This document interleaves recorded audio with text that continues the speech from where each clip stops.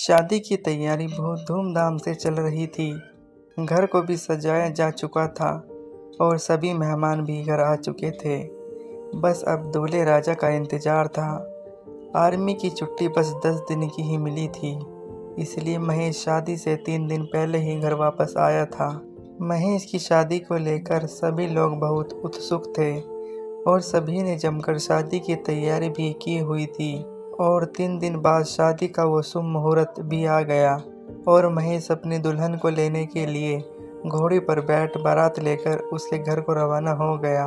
हंसी खुशी महेश और मोहिनी की शादी हो गई और 10 दिन यूं ही न जाने कब बीत गए, कुछ पता ही नहीं चला। और अब महेश की छुट्टियां भी पूरी हो चुकी थी जो वो आर्मी से लेकर घर आया था। महेश अपनी नई नवेली दुल्हन को घर पर छोड़ देश की सेवा के लिए चला गया। घर पर अब मोहिनी और उसके ससुर जी अकेले ही रहा करते थे। मोहिनी ने एक बेटी की तरह अपने ससुर की सेवा में कोई कसर नहीं छोड़ी।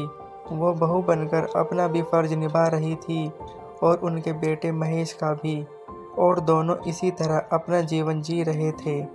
पर थोड़े ही दिन बाद उनका सुख चैन सब छिन गया जब उनके घर का इकलौता चिराग 4 कंधों पर आ रहा था।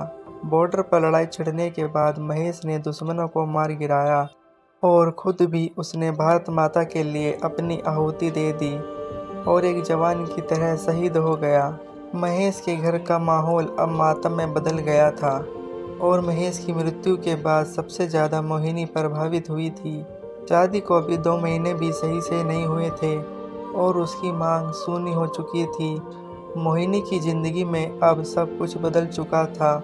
उसके चेहरे की हंसी, उसके गले का मंगलसूत्र, उसका श्रृंगार सब महेश के साथ ही जा चुका था। महेश के पिताजी रामेश्वर से भी अपनी बहू की ऐसी दशा नहीं देखी जा रही थी और इस बात को भी अब धीरे धीरे 1 साल हो चुका था।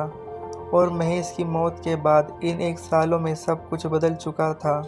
जो लोग पहले महेश और उसके परिवार को इतनी इज्जत दिया करते थे, अब उन्हीं में से कुछ लोग मोहिनी को गलत निगाहों से देख रहे थे।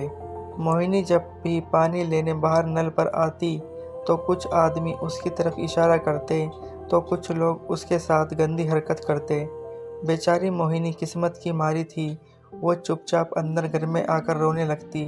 एक दिन मोहिनी के ससुर जी को इस बात की भनक लग गई और वो शर्मसार हो गए। बेटे की मृत्यु के बाद अब वही थे जिनका हाथ मोहिनी के सर पर था और उन्हीं के सामने उनकी बेटी जैसी बहू पर दुनिया अपनी नीयत रख रही थी। रामेश्वर जी को कुछ नहीं सूझा और उन्होंने दुनिया की गंदी नज़रों से बचाने के लिए मोहिनी को एक बंद कमरे में अंदर रहने को कहा। मोहिनी को सभी चीज़ें घर के अंदर ही मिलने लगी और उसका बाहर जाना बंद कर दिया गया। रामेश्वर जी को खुद भी ऐसा करते अच्छा नहीं लग रहा था, पर वो करते भी क्या। दुनिया के जालिम लोगों से अपनी बेटी जैसी बहू को बचाना था। घर के अंदर कमरे में बंद रहते रहते मोहिनी का भी अब दम घुटने लगा था और दुनिया वाले भी अब मोहिनी और ससुर के रिश्ते पर लाछन लगाने लगे थे। किसी ने सही कहा था, मरते हुए का हाथ पकड़ सकते हैं पर बोलते हुए की जुबान नहीं। वो किस किस की जुबान पर ताला लगाते। रामेश्वर जी अब बूढ़े हो चुके थे और मोहिनी का अभी संपूर्ण जीवन ऐसे ही पड़ा था और उसको कोई बच्चा भी नहीं था। जवान बहू के जीवन की चिंता उनको अंदर ही अंदर खाई जा रही थी और वो बस अकेले बैठे यही सोचते रहते कि मेरे बाद मोहिनी का क्या होगा। रामेश्वर जी बहुत ही समझदार और खुले विचार रखने वाले इंसान थे। बेटे की मृत्यु के बाद जवान बहू उनके लिए खुली तिजोरी के समान थी जिसे कोई भी लूट लेता।